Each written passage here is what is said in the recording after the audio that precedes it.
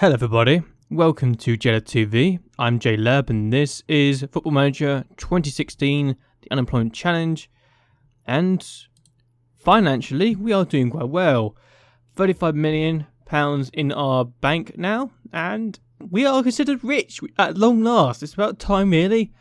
And honestly, it's been a good year for us financially, as we said. But we've finished the season now. We are going to look at April and May and see how we got on in the last 7 matches of the Premier League campaign. Our first match was away from home against Brighton, and we found ourselves going 1-0 down inside the 52nd of the game when Lewis Reed got his 4th goal of the season. Things got worse for us in the 57th minute of the game when Paco Reyes managed to score that effort after giving an open goal to aim at. But we did get a goal back to make it 2-1 when Chiapi was able to score that effort just a minute after they had got their second for his 4th of the season. But Reyes managed to get his 2nd of the game in the 70th minute of the game when he was able to get on the rebound after Suarez's shot was saved. And it was 4-1 in the 84th minute of the game when Suarez found Nuno Santos, who found back in the net for his 3rd goal of the season. Our next match was at home to Norwich City, and we went behind in the 6th minute of the game when Althea, I think they say his name, got the opening goal of the match. But just 2 minutes later we had equalised. Wallace's cross was turned in by Hollander, but Norwich were able to make it 2-1 in the 29th minute of the game when Antonucci found Althea. He found Lou Manza to make it 2-1. For 6 minutes later, Norwich found themselves 3-1 up when Yusuf Poulsen scored the penalty for his 10th of the season. Then we had a chance. We started to fight back when Chiapi went inside and scored with that effort when the keeper should have done a bit better. And eventually we found ourselves actually equalising. Hussein found Meska. Meska played the ball in the middle for Chiapi to score. And 10 minutes later, we managed to win the game. Hussein's cross found Miguel Booty, who had 2 attempts to have a shot or goal, and he scored with his 2nd attempt for his 1st goal of the season. Our next game was away to Southampton, and Chiapi gave us the lead in the 59th minute of the game with that effort for his 7th goal of the season. But 8 minutes from time, Southampton managed to get an equaliser with Grealish was able to get on the end of that cross when Sabitzer to make it 1-1 and to give Southampton a share of the spoils. They probably deserved at least a point from that in the end, really. Our next game was at home to Chelsea, and Mill found Hazard. Who did this? One of the best goals you'll see scored for a long time for his 14th of the season.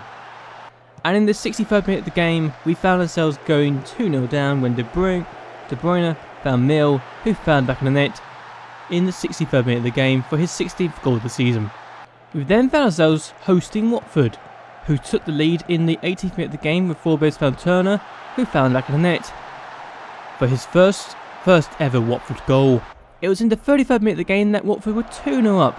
Holgate found Turner, he found Götze, and Götze, yes, Mario Götze, made it 2-0 with his 3rd of the season. In the 43rd minute of the game, Watford were 3-0 up when Forbes found Carbone, and he scored his 10th goal of the season. And it was in the 1st minute of the 2nd half that we found ourselves going 4-0 down at home. Turner found Forbes, and Forbes scored his 13th of the season. Our next game was away from home against Newcastle, and Granelli scored the opening goal of the game for his 6th goal of the season with that effort, before Newcastle made sure they had all 3 points.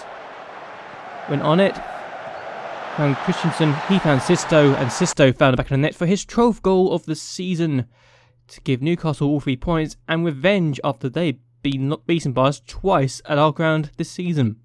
Our last game of the season was at home to Manchester City, and Odegaard scored the opening goal of the game with his 9th of the season in the 17th minute to give them the lead. It was in the 37th minute of the game that we found ourselves going 2-0 down when Malcolm scored for that effort for his 13th of the season. Before in the 89th minute of the game, we found ourselves going 3-0 down when Danilo found Thiago Maia, and he found Odegaard, who found back in the net for his 2nd of the game and 10th of the season to ensure that the champions got all 3 points. But where does that leave us in the league table? We finished in 16th place in the end, and Watford finished below us despite the fact they scored 4 against us. And we finished off with the worst defence in the league, with Watford being the second worst and Swansea being the third worst. So the teams with the three teams with the 3 worst defences in the league didn't finish in the bottom 3 at all. Leicester, Villa and Huddersfield were all down, and we had to rely on Huddersfield losing the last game this season to ensure that we stayed up, though Watford also lost as well, so yeah, 4 defeats in a row for us didn't really help our cause. But Huddersfield haven't won in 18 matches, so that's why they're down in the end, which is rather disappointing when you think of it. Oh dear. So we have survived, and we're looking to improve our squad and our defence first and foremost before we do anything else, and I've already started on the process of doing that. I have secured the signing of Zoran Tanic for £4.5 million. He joined Chelsea this season but didn't really do enough to give him a first team spot, so I thought since he wants to leave I'll try and get him, and he's now joining me, so it's good news for me. He's a good Premier League signing for me, so hopefully we can get the best out of him. He'll be paid 49 grand a week, which is decent.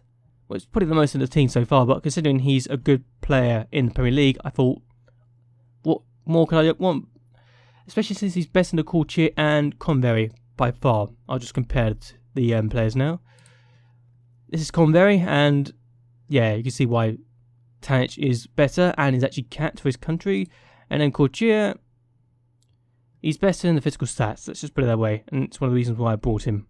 But yes, anyway, I'm going to end this video here. We have survived in our first season in the Premier League, and we look to do better the next time around and try and get into the top mid-table. I think mid-table. As long as we don't finish in the bottom 5 again next season, I'll be very happy. So yes, I hope that you have enjoyed this video. Hope you can favourite this video, it will really help me a lot. So anyway, until next time, goodbye and well, good night.